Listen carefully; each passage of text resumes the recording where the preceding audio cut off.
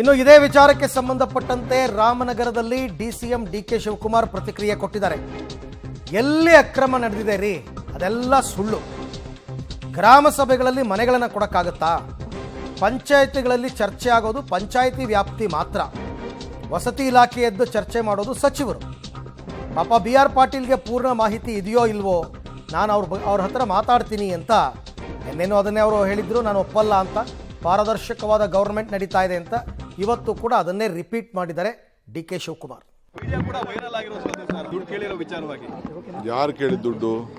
ಅಲ್ಲಿ ಅವರ ನೀವು ದುಡ್ಡು ತಗೊಂಡು ಬಂದಿಲ್ಲಿ ಸೈಟ್ಗಳ ಮನೆಗಳ ಹಂಚಿಕೆ ಮಾಡ್ತಾ ಇದ್ದಾರೆ ಅಂತ ಹೇಳಿ ಗ್ರಾಮ ಸಭೆಯಲ್ಲಿ ಸರ್ ಆಳಂದದಲ್ಲಿ.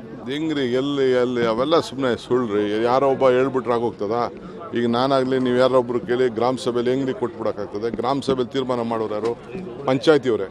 ಮುನ್ಸಿಪಾಲ್ಟಿ ತೀರ್ಮಾನ ಮಾಡೋರು ಮುನ್ಸಿಪಾಲ್ಟಿಯವರು. ಮಂತ್ರಿಗೂ ಸರ್ಕಾರಕ್ಕೂ ಏನು ವ್ಯತ್ಯಾಸ ಇದೆ? ಅವೆಲ್ಲ ಸುಳ್ಳು. ಅವೆಲ್ಲ ಯಾವುದೋ ಒಂದು ಇದಕ್ಕಾಗಿ ಮಾಡಿದಾರೆ, ಆ ಥರ ಆಗಿಲ್ಲ. ಪಾಪ ಬಿ ಆರ್ ಪಾಟೀಲ್ ಅವ್ರಿಗೆ ಫುಲ್ ಮಾಹಿತಿ ಗೊತ್ತಿದೆಯಲ್ಲ ನನಗೆ ಗೊತ್ತಿಲ್ಲ. ನಾನು ಅವ್ರ ಹತ್ರ ಮಾತಾಡ್ತೀನಿ. ಬಗ್ಗೆ ಮತ್ತಷ್ಟು ಮಾಹಿತಿ ನನ್ನ ಕೊಲೀಗ್ ಪ್ರವೀಣ್ ರೆಡ್ಡಿ ಅವರಿಂದ ಪಡ್ಕೊಂಡ. ಪ್ರವೀಣ್, ಬಿ ಆರ್ ಪಾಟೀಲ್ರು ಒಂದು ರೀತಿ ಏನೇನು ನಡೆದಿದೆ ಎಲ್ಲವನ್ನ ಜನತೆಯ ಮುಂದಿಡಬೇಕು ಅಂತ ಹೊರಟಂಗೆ ಕಾಣಿಸ್ತಾ ಇದೆ. ಮುಂದುವರಿದಂತೆ ಇನ್ನಷ್ಟು ಆರೋಪ ಮಾಡ್ತಾರೆ. ಸೊ ಹಾಗಾದರೆ ಆಳಂದ ಕ್ಷೇತ್ರದಲ್ಲಿ ಶಾಸಕರನ್ನ ಸರ್ಕಾರ ಲೆಕ್ಕಕ್ಕೆ ಇಟ್ಕೊಂಡಿಲ್ವಾ ಅಂತ?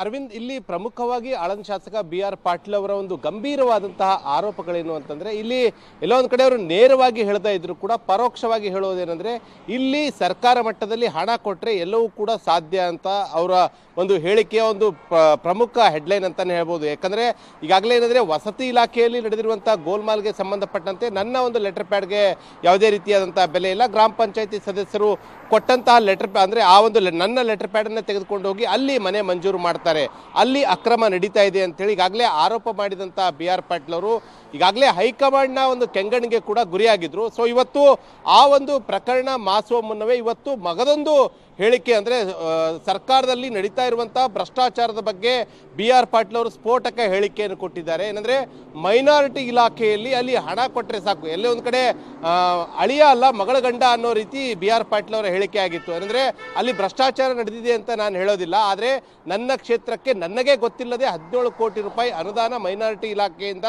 ಮಂಜೂರಾಗುತ್ತದೆ ಮತ್ತು ನಾನೊಬ್ಬ ಶಾಸಕನಾಗಿದ್ರು ಕೂಡ ಶಿಷ್ಟಾಚಾರಕ್ಕೂ ಕೂಡ ಆ ಒಂದು ಕಾಮಗಾರಿಯ ಉದ್ಘಾಟನೆಗೆ ನನಗೆ ಕರೆಯೋದಿಲ್ಲ. ಈಗಾಗಲೇ ಆ ಕಾಮಗಾರಿಗಳು ಕೂಡ ಈಗಾಗಲೇ ಆರಂಭವಾಗಿದ್ದು, ಇದರ ಬಗ್ಗೆ ನಾನು ಹಕ್ಕುಚ್ಯುತಿ ಮಂಡಿಸಿದ್ದೀನಿ. ಯಾವ ರೀತಿಯಾಗಿ ಈ ರೀತಿಯಾಗಿ ಸರ್ಕಾರದಲ್ಲಿ ಅನುದಾನಗಳು ಬರ್ತಾ ಇವೆ, ನಮ್ಮ ಕ್ಷೇತ್ರದಲ್ಲಿ ಶಾಸಕರಿಗೆ ಗೊತ್ತಿಲ್ಲದೆ ಇಷ್ಟೊಂದು ಕೋಟಿ ಕೋಟಿ ಅನುದಾನ ಹೇಗೆ ಬರುತ್ತೆ ಎಂಬ ಪ್ರಶ್ನೆಯನ್ನು ಇವತ್ತು ಬಿ ಆರ್ ಪಾಟೀಲ್ ಅವರು ಏನಂದ್ರೆ ಎತ್ತಿದ್ದಾರೆ. ಎಲ್ಲೋ ಒಂದು ಕಡೆ ಮೈನಾರಿಟಿ ಇಲಾಖೆಯಲ್ಲೂ ಕೂಡ ಯಾರೋ ಕೆಲವೊಂದಿಷ್ಟು ಜನ ಹಣ ಕೊಟ್ಟು ಆ ಒಂದು ಕಾಮಗಾರಿಗಳನ್ನು ಹಾಕಿಸ್ಕೊಂಡು ಪರ್ಸೆಂಟೇಜ್ ಪಾಲಿಟಿಕ್ಸ್ ಅಂದ್ರೆ ಆ ಒಂದು ದಂಧೆ ಈಗ ರಾಜ್ಯದಲ್ಲಿ ನಡೀತಾ ಇದೆಯಾ ಎಂಬ ಹೇಳಿಕೆಯನ್ನು ಖುದ್ದು ಬಿ ಆರ್ ಪಾಟೀಲ್ ಅವರು ಪರೋಕ್ಷವಾಗಿ ಇವತ್ತು ಮಗದೊಂದು ಭ್ರಷ್ಟಾಚಾರದ ಆರೋಪ ಮಾಡಿದ್ದಾರೆ. Arvind. Right Praveen, thank you. ತಮ್ಮೆಲ್ಲ ಮಾಹಿತಿಗೆ ಧನ್ಯವಾದ. ಇದೆಲ್ಲವನ್ನ ಸರ್ಕಾರ ಎಷ್ಟು ಗಂಭೀರವಾಗಿ ಪರಿಗಣಿಸುತ್ತೆ ಅಂತಕ್ಕಂಥದ್ದು ಬಹಳ ಮುಖ್ಯವಾದ ವಿಚಾರ. ಬಿ ಆರ್ ಪಾಟೀಲ್ ಅವರಿಗೆ ವಿಚಾರಣೆ ಗೊತ್ತಿಲ್ಲ ಅಂತಾರೆ ಡಿ ಕೆ ಶಿವಕುಮಾರ್.